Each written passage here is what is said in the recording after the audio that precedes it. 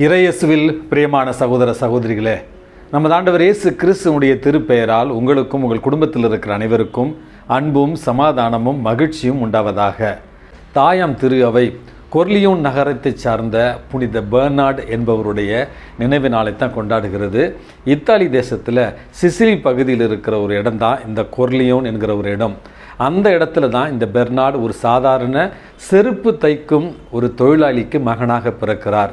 அன்புமிக்கவர்களே, கல்வி அறிவு அதிகம் இல்லாத ஒரு சூழலில் தன்னுடைய தந்தையினுடைய அந்த செருப்பு தைக்கும் தொழிலில் இவர் உதவி செய்து குடும்பத்திற்கு பண உதவிக்கு அவர் ஒத்தாசையாக இருந்தார் என்றும், தன்னுடைய செருப்பு தைக்கிற அந்த தொழில் மூலமாக குடும்பத்திற்கு மிகப்பெரிய உதவியாக இந்த பெர்னார்ட் இருந்தார் என்றும், அதற்கு பிறகு இராணுவத்தில் ஆள் எடுத்த ஒரு காரணத்தினால் மறுப்பு தெரிவிக்காமல் இராணுவத்தில் போய் சேர்கிறார்.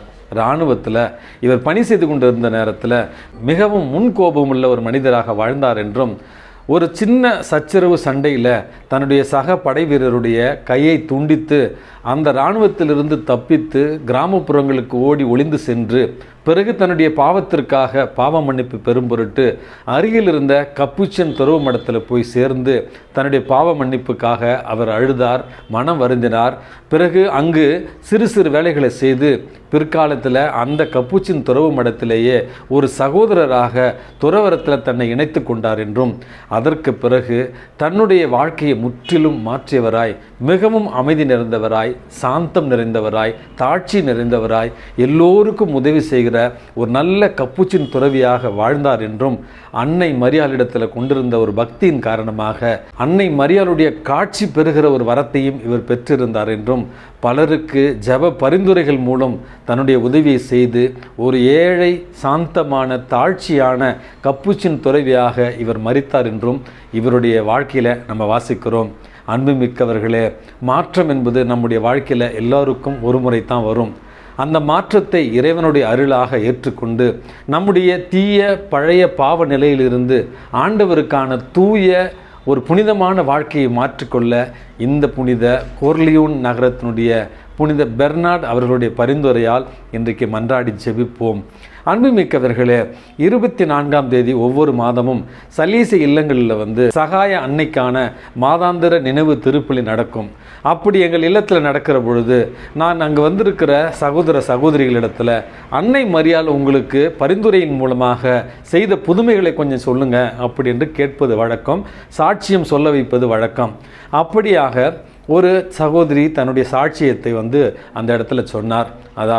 அதாவது அவருடைய தோழி ஒருவருடைய மகளுக்கு சுகப்பிரசவம் வேண்டி அவர் எங்களை ஜெபிக்க சொன்னார். ஏனென்றால் மிகவும் கிரிட்டிக்கலான ஒரு சிச்சுவேஷனில் இருக்கிறாங்க, சுகப்பிரசவம் நடப்பது ரொம்பவும் கடினமான ஒரு செயல் அப்படி என்று டாக்டர்கள் கைவிட்ட ஒரு நிலையில் எங்களையும் ஜெபிக்க சொன்னார். அவரும் ஜெபித்தார். இன்னும் பலரை அன்னை மரியாளுடைய பரிந்துரையால் ஜெபிக்க சொன்னார். கடைசியில் கடவுளின் ஆசீர்வாதமாக இரட்டை குழந்தைகளாக அந்த தம்பதியினருக்கு இறைவன் ஆசீர்வாதத்தை கொடுத்தார். அன்புமிக்கவர்களே, மற்றவர்களுக்காக நாம் ஜெபிக்கிற ஜெபம் கேட்கப்படுமா? மற்றவர்களுக்காக நாம் எதற்காக ஜெபிக்க வேண்டும்? ஜெபித்தால் நடக்குமா என்கிற கேள்விகளுக்கான பதில் தான் இந்த நிகழ்வுகள். ஏனென்றால் இன்றைக்கு நம்ம ஊரில் கிராமப்புறங்களில் ஒரு பேச்சுவார்த்தையில் சொல்லுவாங்க, நீங்கள் கோயிலில் வாசகம் வாசிக்கலாமே, கோயிலுடைய தூய்மை பணியில் நீங்களும் கலந்துக்கலாமே அப்படி என்று கேட்டால் சிலர் சொல்லுவார்கள், இல்லை அதெல்லாம் கொஞ்சம் கஷ்டம், ஏன்னா நம்ம இப்படி வந்தோம்னா 4 பேர் நம்மளை 4 விதமாக பேசுவாங்க அப்படி என்று.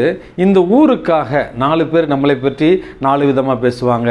அவங்க என்ன நினைப்பாங்க, இவங்க என்ன நினைப்பாங்க, அவங்க நம்மளை பற்றி தப்பாக தான் நினச்சிட்டு இருக்காங்க, அவங்க நம்மளை பற்றி தப்பாக தான் பேசிக்கிட்டு இருக்காங்க அப்படி என்று ஊருக்கு 4 பேர் 4 விதமாக பேசுவார்கள் என்று நம்முடைய வாழ்வை இறைவனுடைய திருமுன்னிலையில் மகிழ்ச்சியற்றவர்களாக, பிறரன்பு இல்லாதவர்களாகத்தான் நம்ம வாழ்ந்து கொண்டிருக்கிறோம்.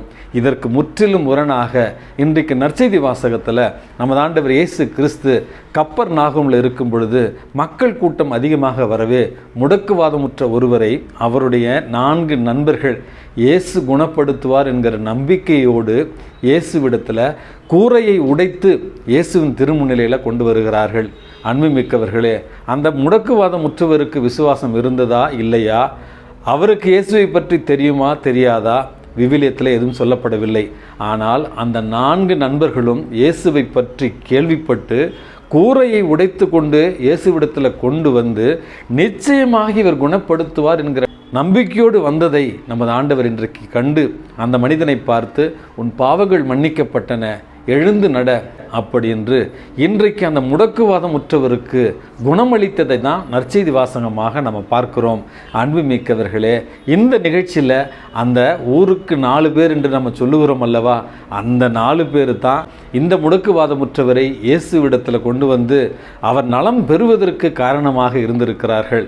அதே போலத்தான் அன்புமிக்கவர்களே, 4 விதமாக மற்றவர்களை எதிர்மறையாக அல்லது தரம் தாழ்ந்து விமர்சிக்கிற காரியங்களை விடுத்து 4 பேராக சேர்ந்து மற்றவர்களுக்கு குடும்பமாக ஒன்று சேர்ந்து ஜெபிக்கிற நேரத்தில், உதவி செய்கிற நேரத்தில் நீங்களும் நானும் இயேசுவினுடைய பிள்ளைகளாக மாறுகிறோம். இந்த அருமையான தினத்தில் நாம் நல்லது செய்கிற 4 பேர்களாய் ஆண்டவர் திருமுன்னிலையில் வாழ இறைவனிடத்தில் மன்றாடி ஜெபிப்போம். எல்லாம் வல்ல இறைவன், தந்தை, மகன், தூய ஆவி உங்களையும் உங்கள் குடும்பத்தில் இருக்கிற அனைவரையும் நிறைவாக ஆசீர்வதித்து பாதுகாத்து வழி நடத்துவாராக. ஆமேன்.